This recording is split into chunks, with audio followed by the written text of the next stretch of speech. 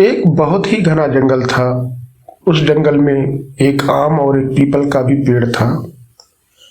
एक बार मधुमक्खी का झुंड उस जंगल में रहने आया, लेकिन उन मधुमक्खी के झुंड को रहने के लिए एक घना पेड़ चाहिए था। रानी मधुमक्खी की नज़र एक पीपल के पेड़ पर पड़ी तो रानी मधुमक्खी ने पीपल के पेड़ से कहा, अरे पीपल भाई, क्या मैं आपके इस घने पेड़ की एक शाखा पर अपने परिवार का छत्ता बना लूं? पीपल को कोई परेशान करे या पीपल को पसंद नहीं था। अहंकार के कारण पीपल ने रानी मधुमक्खी से गुस्से में कहा, हटो यहाँ से, जाकर कहीं और अपना छत्ता बना लो, मुझे परेशान मत करो। पीपल की बात सुनकर पास ही खड़े आम के पेड़ ने कहा, पीपल भाई, बना लेने दो छत्ता, ये तुम्हारी शाखाओं में सुरक्षित रहेंगी। पीपल ने आम से कहा, तुम अपना काम करो, इतनी चिंता है तो तुम ही अपनी शाखा पर छत्ता बनाने के लिए क्यों नहीं कह देते? इस बात से आम के पेड़ ने मधुमक्खी रानी से कहा, हे रानी मधुमक्खी, अगर तुम चाहो तो तुम मेरी शाखा पर अपनी छत्ता बना लो। इस पर रानी मधुमक्खी ने आम के पेड़ का आभार व्यक्त किया और अपना छत्ता आम के पेड़ पर बना लिया। समय बीतता गया और कुछ दिनों बाद जंगल में कुछ लकड़हारे आए। उन लोगों को आम का पेड़ दिखाई दिया और वे आपस में बात करने लगे कि इस आम के पेड़ को काट कर लकड़ियां ले लिया जाए। वे लोग अपने औजार लेकर आम के पेड़ को काटने चले।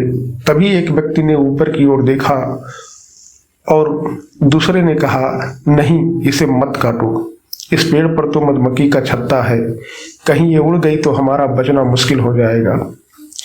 उसी समय एक आदमी ने कहा, क्यों ना हम लोगों को ये पीपल का पेड़ ही काट लिया जाए, इसमें हमें ज़्यादा लकड़ियां भी मिल जाएंगी और हमें कोई खतरा भी नहीं होगा। वे लोग मिलकर पीपल के पेड़ को काटने लगे।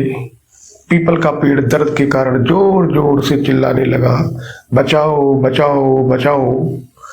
आम को पीपल के चिल्लाने की आवाज आई तो उसने देखा कि कुछ लोग मिलकर उसे काट रहे हैं। आम के पेड़ ने मधुमक्खी से कहा, हमें पीपल के प्राण बचाने चाहिए।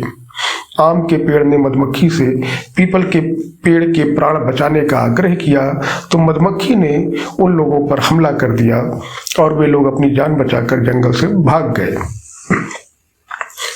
पीपल के पेड़ ने मधुमक्खियों को धन्यवाद दिया और अपने आचरण के लिए क्षमा मांगी।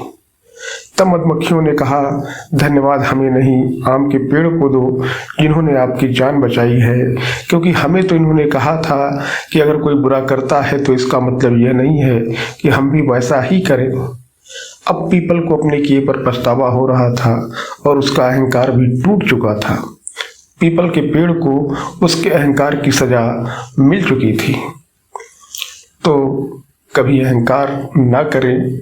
अगर आपके पास कुछ है तो दूसरों का भी उसका फायदा उठाने दें, जबकि तब कि आपका उससे कोई नुकसान नहीं होता है, क्योंकि न जाने कब वो दूसरा आपके किस मोड़ पर, किस घड़ी पर, किस मुश्किलात पर आपके साथ खड़ा हो जाए और आपकी नैया पार लग जाए।